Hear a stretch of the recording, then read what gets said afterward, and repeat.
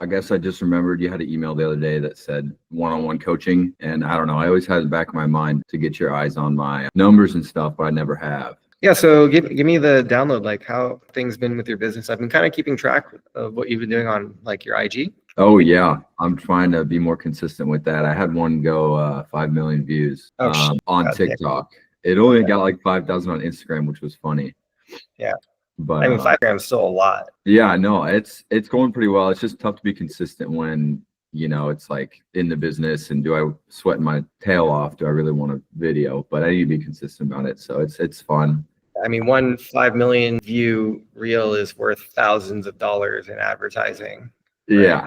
No, it's definitely, that motivates me too for it as well. But I just put my last July and August and then this month on the IV Flip tracker. So I went full time beginning of July and yeah, it's been going really well. And how, remind me, how long have you been flipping? Off and on for 4 years. 4 years. Okay. Got it. Yeah. And then now you're like really diving in. Yeah, it was kind of since the convention last year where I was like, all right, I need to really buckle down here and actually quit the job. So got some momentum built up and we took her home. Okay, cool. I think I have your sales tracker here. So let me pull this up. Okay. Okay, does this look right for you? Yep. Gross sales, about 10,000 in July, which is when you went full time. Yep. It was about 16 flips then. August, 12,000, great improvement. 19 flips, September, and September you're at 10,000 for the month. So Yeah. holy, you've done 38 sales this month? No. Oh, because when I was inputting all that, I hit add a sale. Got it. So you, like instead of adding inventory, you added sales. Yes. So what you do there is you just uncheck the sale box. So what do you think your sales total is for this month so far? This month it was that 9,700. That is correct. I had that RHOS return, which was really nice. It was a good chunk for sure. Was that through us? Yeah.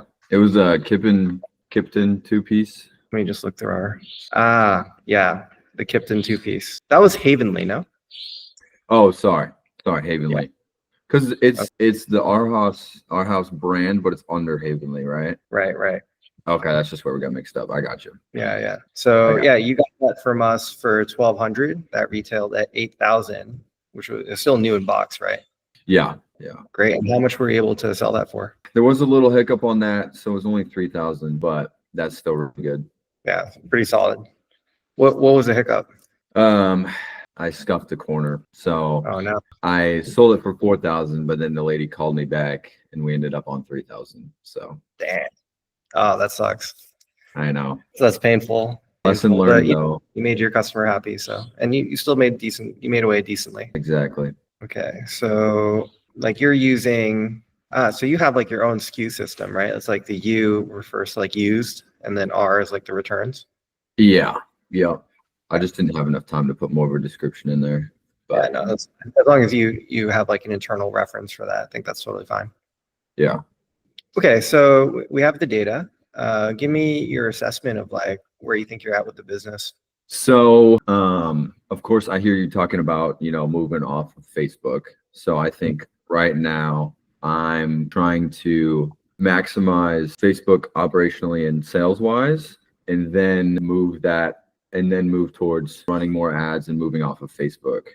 Mhm. And so I'm at a part where I want to get to a point where I'm doing so much that I want to contract out some of the cleaning, or I don't know. I feel like I'm almost at a point where I maximize marketplace and now want to move forward. So I guess I don't know how would you think about that? Yeah. So I mean, the first thing that kind of jumps out to me about your numbers are that at least the past 2 months, your cost of goods are kind of high. What do you think that? What would you attribute that to? Let's see. This year it's hung around like the upper 2,000s, and then the past couple months it's been pretty high, like you said. Yeah. I would say are you like stocking up on inventory? Because that can explain it, right? Like you start like bringing on a lot more inventory in preparation to sell more. Yes. So I would say that's a part of it. The way I've been looking at it is we're in a supply constrained business and I don't want to miss out on any deal. Mm-hmm. So I never say no to a deal. Mm-hmm. I always go pick it up. So I am pretty backlogged right now. And then last month, the $1,200 Havenly Kipton hit right at the end as well. But especially right now, I'm pretty backed up on inventory. So I would say it's more of a stock up. Okay. What do you mean by backed up on inventory? Like right now, I've got Stuff in storage that is not cleaned and processed. exactly. I've got a lot more to process than I have listed. How much do you have listed and how much do you have like in storage, like yet to be processed? I have 6 listed.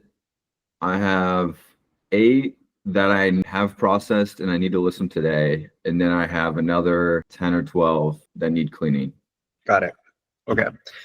Do you think that you're spending more on inventory now too? I would say a little bit. I think I'm going for a volume play as much as I can by myself right now, but maybe spending a little more. There's been a few items where I'm like, I shouldn't have paid that much. Yeah, because your average purchase price jumped up quite a bit from July. Part of that could be you're getting into returns and those just cost more, but you can sell those for more too.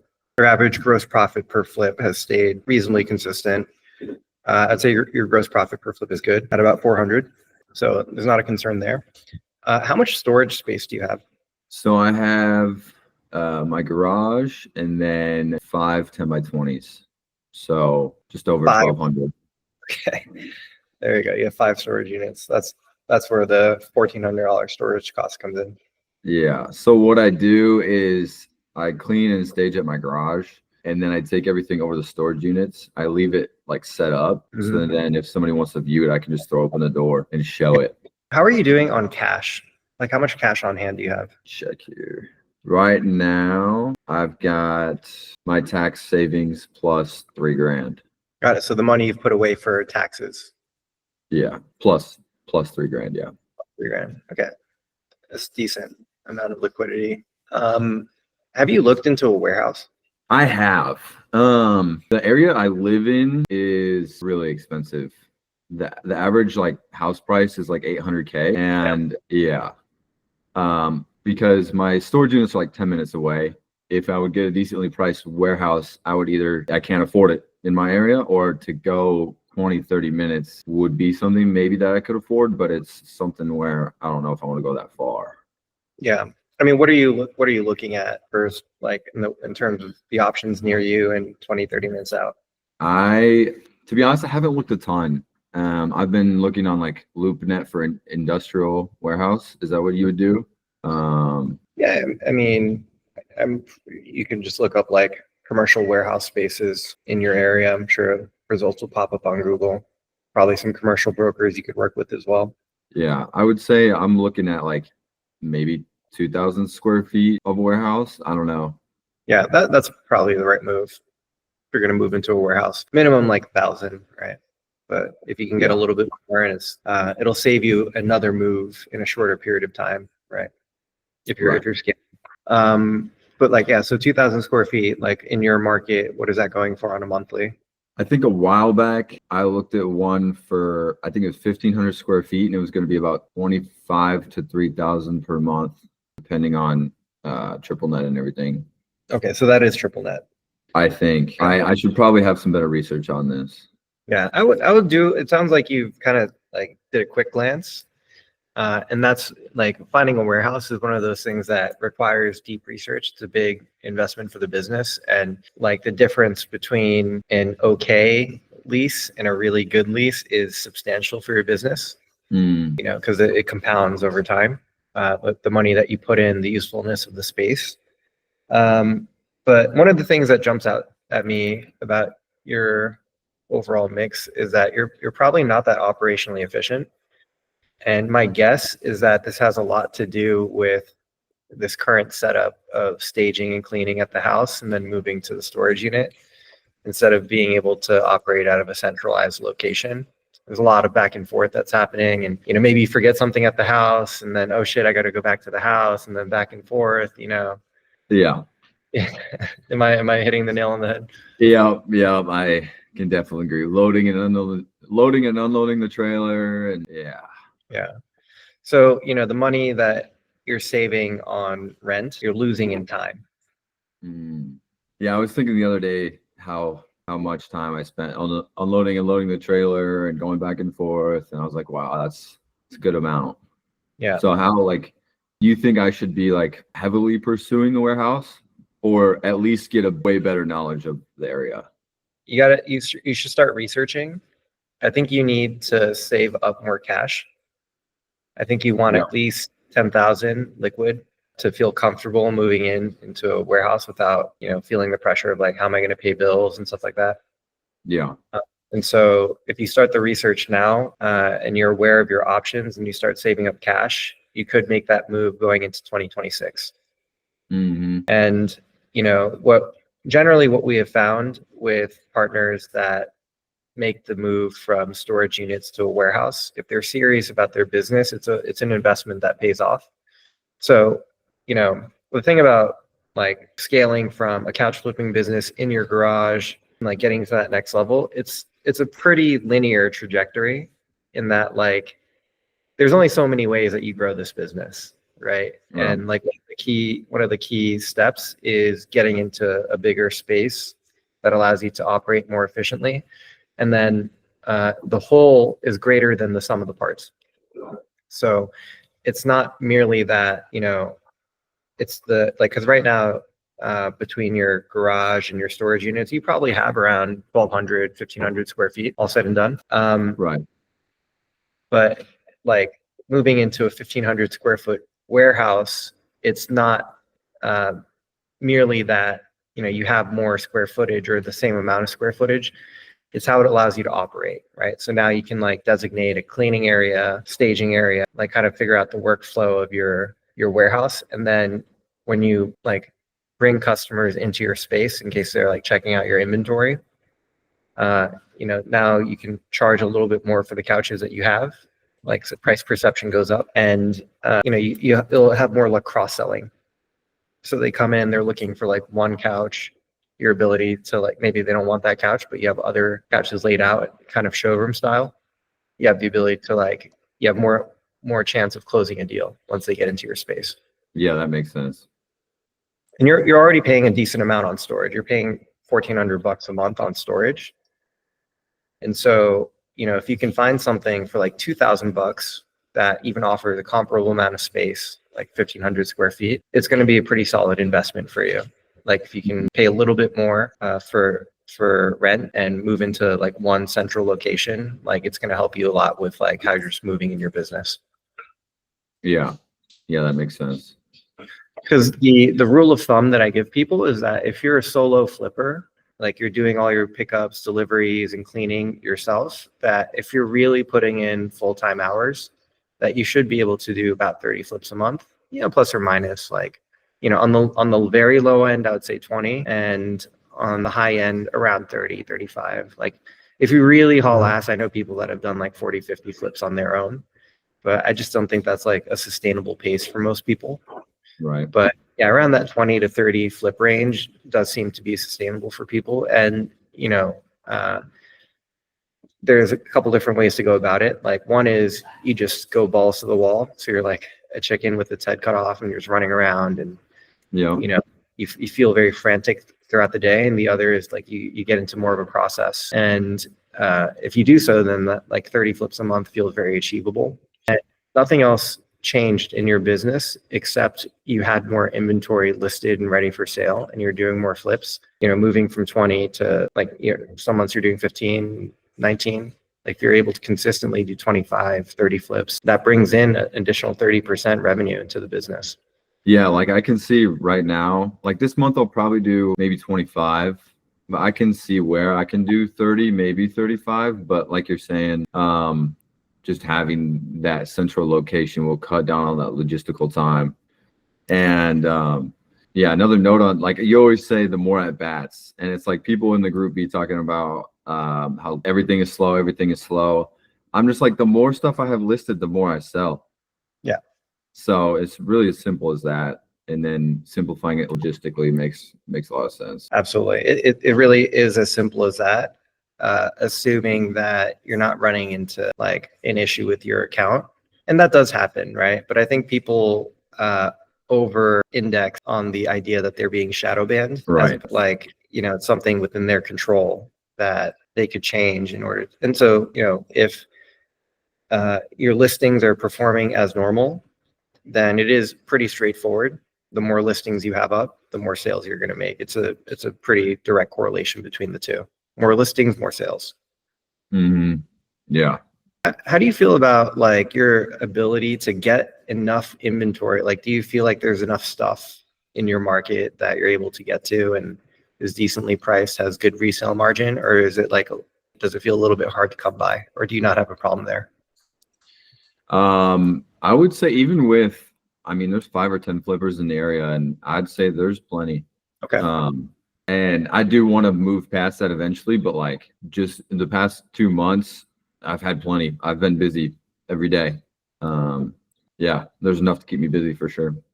That's good. I mean, like when I just looking at your numbers, you know, the thing that jumps out to me is like you're keeping fairly busy. It feels like it's a bit of it feels like an organization problem. And if you could just get into a better workflow and, you know, make sure that like you don't have this like backlog of 10, 12 couches that you need to process and, you know, get listed, that just with like some optimizations around your workflow that you could unlock another 20, 30% in the business. Yeah. And like, so that's where I would start, right? Is like, there's like this journey in the evolution, like the evolution of a couch flipping business into a furniture store. It tends to follow the same path, like between one flipper to another, between one market to another as well. And what I tell people is, first and foremost, you want to optimize the flipping business, because this gives you more like confidence in your ability to run a business, higher understanding of your market, and then most importantly, more cash. Because it's hard to make like a stepwise improvement in the business or make investments in the business if you only have a couple grand on hand versus like a healthy, like, you know, healthy like bank balance that makes it like, you know, makes it less risky for you to do certain things like move into a larger space or bring in a truckload, for example. And so first, like the pure flipping business model is sourcing on Facebook and selling on Facebook, and then just doing what you can to max out that model before you make the transition into, you know, getting like wholesale new trailers, for example, or buying liquidation loads. And like when I look at your numbers, I see the overall growth, but it's not clean yet because your margins are still a little bit are lower than what I would expect from someone who's like operating purely on their own. Because right now, you don't have labor cost. You don't really have any labor cost. Right. It's like when you bringing in outside labor is when I would expect to see margins around like the realm of what you have. And I mean, maybe this is a question for me to ask myself, but and do you think that smaller margins, like, do you think that's due to the higher cost of goods the past couple of months, or what else would it be? Well, so like when I see a pure flipping business, like solo operator, still doing all the work themselves, working out of storage units, usually their net is more in the realm of like 70%. In July, you were at 54%, and in August, you were at 25%. However, I think part of that is you had a big expenditure, right? You signed up for the annual plan. Yeah. And you took that off the table, then your net margin is probably similar, around 50%. Is that right? Yeah, it would be a little bit lower, maybe like 45% in August. And then I think in September, what it looks like to me is that you've loaded up a lot on inventory. So that's not necessarily a bad thing because you're spending more on inventory today, but that will pay off in the future because you just have more on hand that you just haven't gotten around to selling before. If I'm looking at your stats, right, what this indicates to me is you probably haven't had this much inventory before. No. Yeah. So yeah, it's just a growing pain, right? And so now like you've made this you've up leveled the amount of couches that you have on hand, and you're probably going to stay consistently at that level of products, right? Like what you have on hand. And so like your net margins are not going to stay depressed for like long. It's just a feature of like having made an investment. Yeah. And now that you've made the investment, you're at that level, you'll sustain that level, and so your net margins will improve. And so, part of part of the reason for lower net margins today, it can be tracked back to the investments that you've made, and those investments pay off, right? And so those net margins will be depressed in the short term, i.e., in the period in which you made the investment, but investments have ROI. And so as you start to recoup return on your investments, like your net margins will improve. So I would say, anyhow, I would say your net margins are in actuality probably around 50% once you let these investments play out, right? Yeah. That being said, it's still a little bit lower than what I would expect. Still a little bit lower, and maybe it's a little bit like you're paying too much for inventory. I think that seems to be the main thing. You might be paying a little bit too much for inventory, but the main thing is like if you are consistently making at least $400 gross profit on a flip, paying more for inventory is okay because you're still making a certain margin per flip. Yeah. And I think what's that? The difference between paying $50 for a couch and flipping it for $450 versus paying $400 for a couch and flipping it for $800.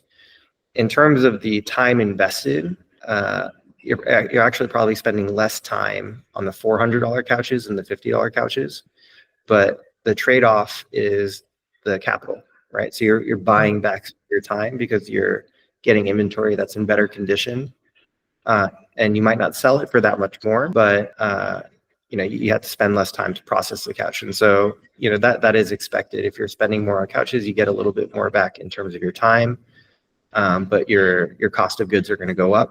But cost of goods are important as relative to what you're able to sell it for. So as long as the gross profit per flip stays the same, you're in the clear there. Yeah, I would probably agree that there's been a few too many times where I'm like, I didn't make as much as I wanted on that one. And really, I want to go after every deal, but then being a little selective yet. Got to find that balance a little better. But yeah. And those are growing pains, right?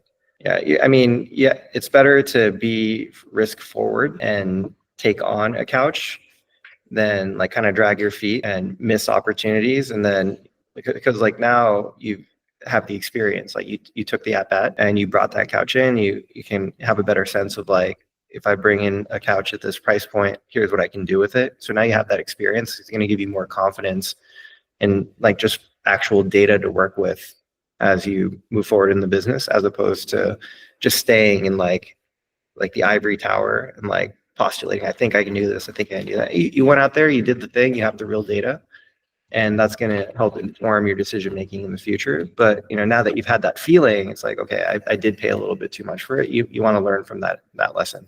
Yeah, don't just keep banging your head against the wall. Yeah, it's okay to make mistakes, right? It's important. The important thing is what you learn from those mistakes and to not repeat them. So yeah, what I see when I look at the numbers for your business today is a bit of an operational organizational problem, and you might be paying a little bit too much for inventory. Yeah. Okay. No, that makes a lot of sense. So what would benefit you, Blake, is I would start setting a net profit goal. Okay. For each, and then figure out how you can hit your net profit goal with as little work as possible. So I think there's actually two steps. So the first is you should see if you can get busier, right? Not busier. I don't know. You tell me, how many hours a week do you think you're actually flipping? Do you feel at the end of the week you're just run down and you're super fucking tired and you're breathing, sleeping, eating couches, or do you feel relatively relaxed? Where are you at in terms of your energy? I feel like I average around 8 hours, and I feel like I could have more in the tank lately. So you're doing about 40 hours a week. Yeah, maybe a little more, but a little bit more. Okay, so and that's really that's how you get ahead, right? When you do the basic, the minimum amount of work required, that keeps you going, and maybe you see a little bit of growth. But if you can spend an extra 5, 10 hours a week, and you do 1 or 2 extra flips in that time, that adds up every week, right? Because 1 or 2 flips at your average gross profit is it's like an extra $800 to $1,000 a week. That compounded over a month is like $3,000 to $4,000 extra. And so that's really what I'd be looking for in your shoes is how do I make a little bit more money each week compared to what I'm used to? And if you can get there just by working a little bit harder and doing that in the short term, that's a good place to be. And so I think there's, a little bit more you could be doing there, like just in terms of your output. And that's based on the number of flips that you're doing. Mhm. So if you can crank that up, like get 1 extra flip a week, I would start there. Just really simple. Like, can I do 1 extra flip a week? Yeah. Like you kind of have the baseline of like, how the business is operating now that you're full time and you've been doing it since, just like 2.5 months now. Yeah. But now you have, kind of an expectation of like week by week. This is like how much work I'm putting into the business. Put a little bit more work in and try to get a little bit more like revenue coming in. And then the next step is figure out your operations because you're bleeding another 5-10 hours, right? So like, can you put 5-10 hours more in? And then can you optimize the utilization of your time? So now you're 5-10 hours more efficient. And then all of a sudden you're putting in an extra 10-20 hours into the business between the additional work and the operational efficiencies. And I think that's really the difference between when I look at your numbers, where you're at today, which is like a flipper that's doing okay and he's getting by, versus a flipper that has the flipping model really streamlined. Mm-hmm. Yeah, that makes a lot of sense. Yeah, I've definitely been working on time management the past couple weeks, which it's like, don't scroll, you idiot. But another time it's like, okay, maybe I don't need to do the second workout today. Maybe I can spend another couple hours because I like fitness and stuff, but lift some couches instead, right? That's right. So yeah.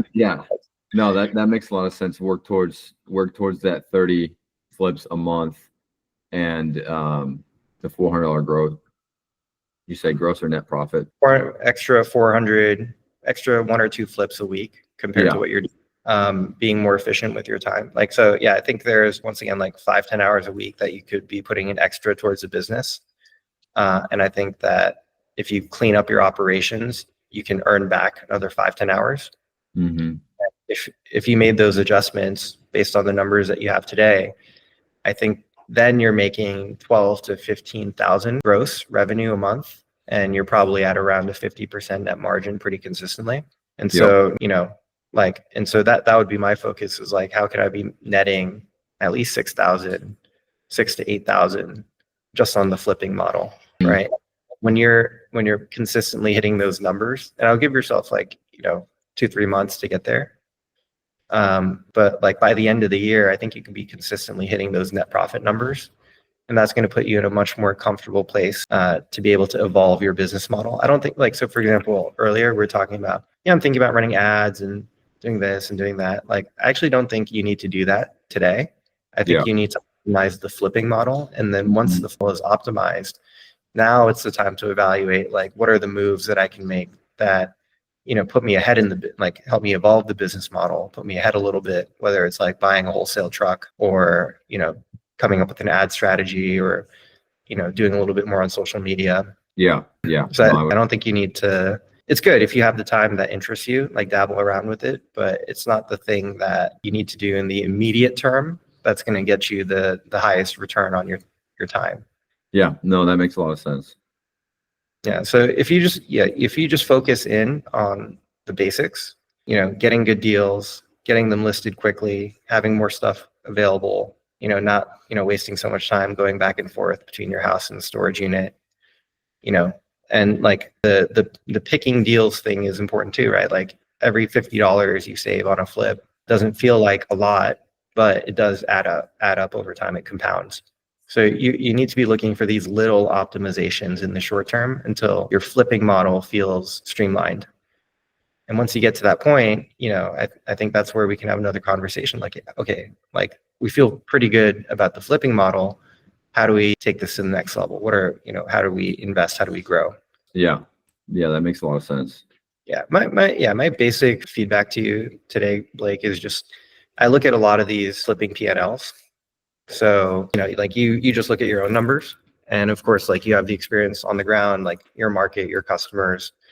Like the perspective that I can share with you is just what are other people doing, and so what are the benchmarks that you should be operating on, and I'm giving you above average benchmarks, right? Like you're doing better than the average flipper for sure, but we don't want to be average, right? Like we want to be excellent. Right. So That's right. when I look at like other flippers that are really doing well with their flipping hustle, they really optimize their flipping hustle. What are the numbers that they're putting up? I'd say it's like 12, 15 gross, and they're making at least 50% net on that. Nashville's a good market too, so Yeah, for sure. Well, I appreciate the encouraging words. yeah, you're close. You're close. It's you're probably like I would guess that sometimes like you start the day and you're just like not sure what you should focus on, and so you feel a little bit frantic, right? And so I would just like take the complexity off your plate, right? And really it's simple. It's like get more good pickups, like try to spend a little bit more, a little bit less. The important thing being the gross profit per flip, at least 400 gross profit per flip, and then constantly having at least 10, 15 couches listed. And if that's all you did, like I think you'd see an improvement in your numbers here. And then if you get 10, 15 to a point where you consistently have 10, 15 couches listed, but you're not seeing the sales results, then we can dig in. All right, let's start looking at the listings. Let's start looking at like some advertising, like some of the like social media stuff you're doing. Yeah. But there's always like when you're thinking about what to do when, you want to focus on the activities that give you the highest leverage on your time. So what are the bottlenecks, right? And so if you can identify and remove that bottleneck, you'll get 2 to 3x leverage on your time compared to like 1x. Does that make sense? Yeah. No, for sure. Just writing a few things down.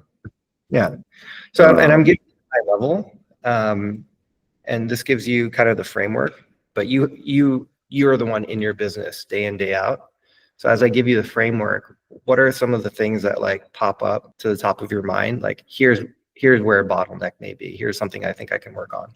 I think really focusing on bringing it in, I think really decreasing the time to process each couch would help greatly.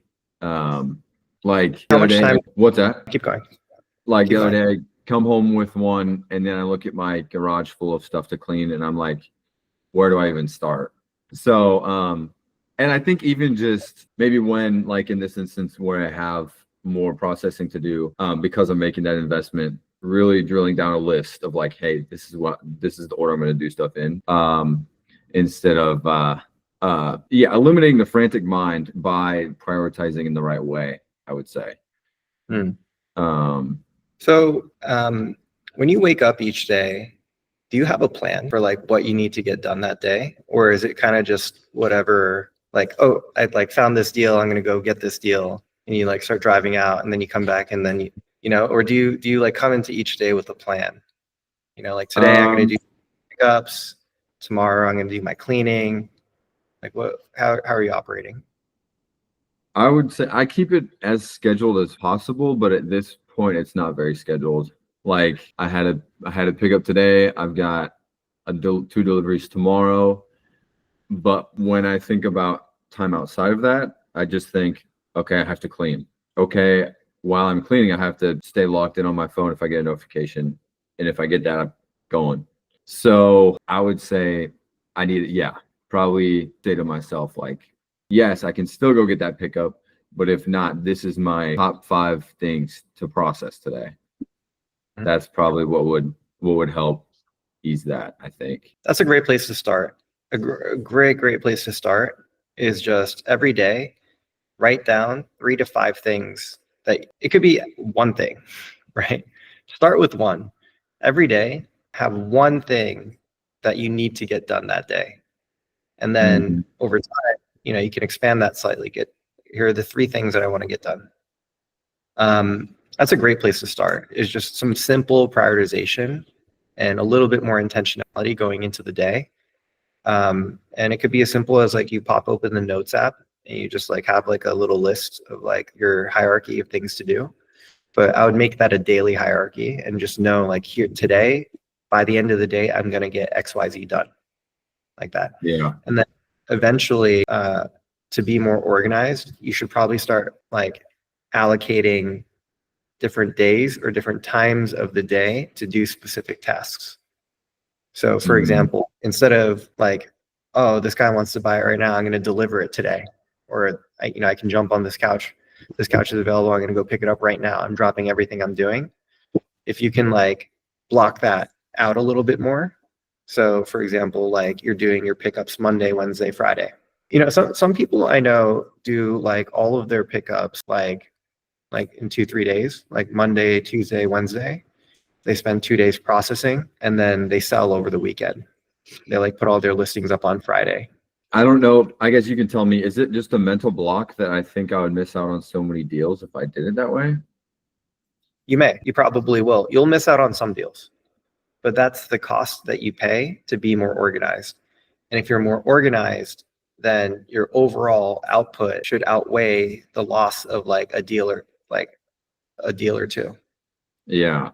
Right. And So I like guess it's so reactive that you're not allowing yourself to fall into a cadence or a schedule. And because you're that way, you're constantly behind, as opposed to feeling in control of your operations. And so, yes, like you will miss deals if you institute a policy that I'm not going to do same day pickups, because sometimes like, you actually have to go and like pick it up within the hour or you're going to miss out on that deal.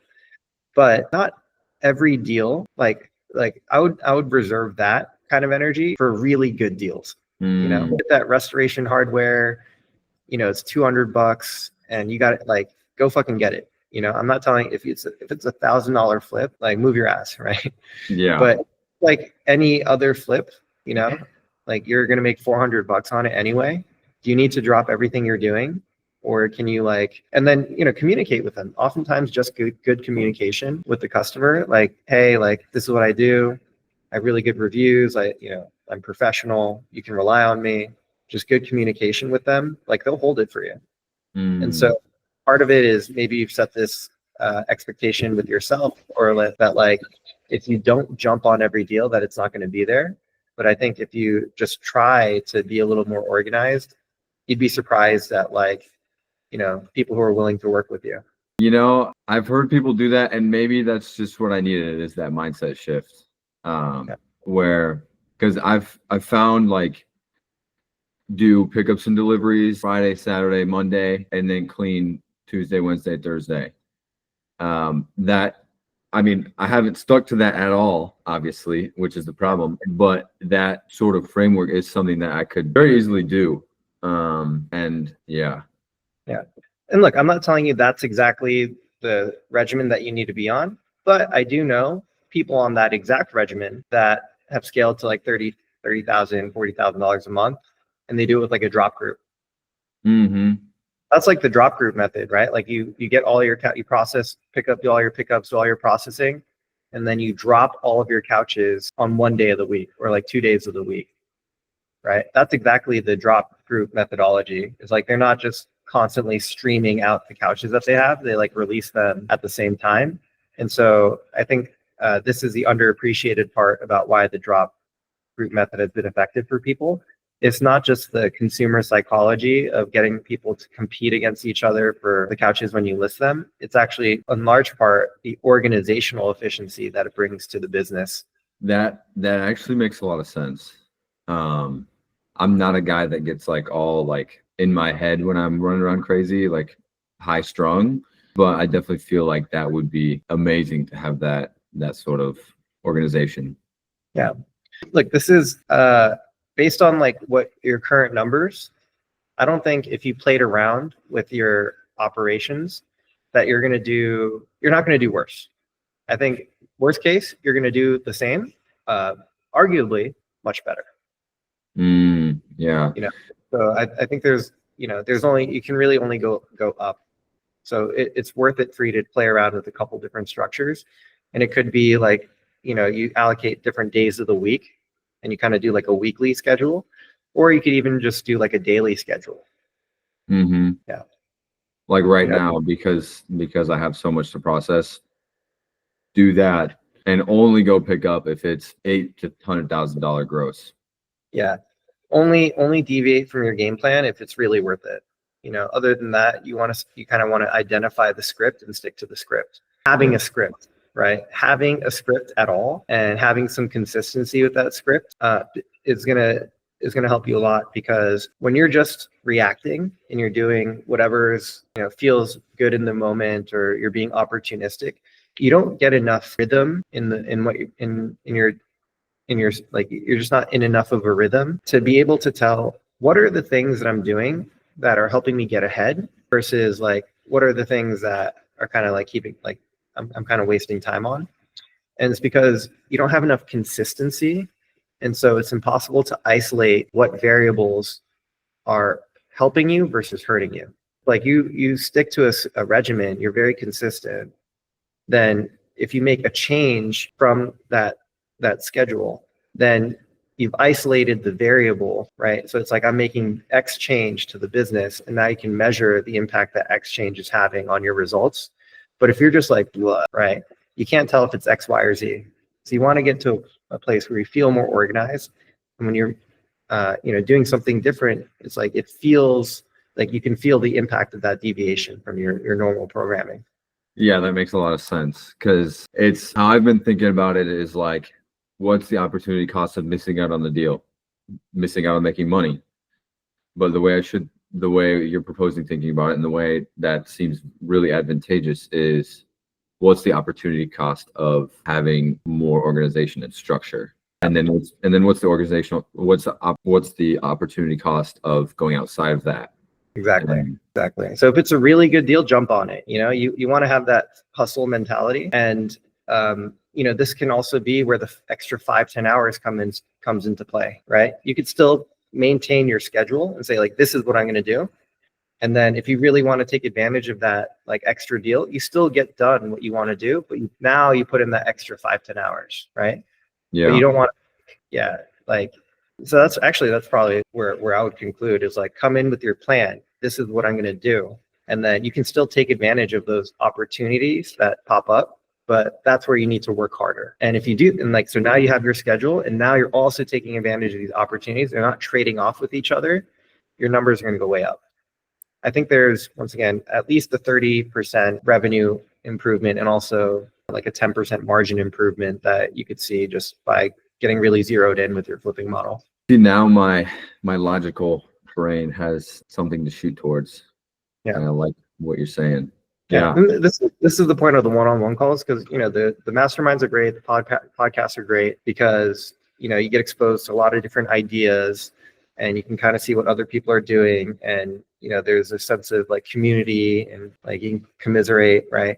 But the one-on-ones are helpful because I can kind of just like look at where you're at today and say like, all right, focus on this, right? And I'm just trying to give you like one or two things, not too much, right? And it's like, rather than like doing everything all at once, take some stuff off your plate and just focus in on these things, and then see if that makes an improvement. And then, we've had this conversation today.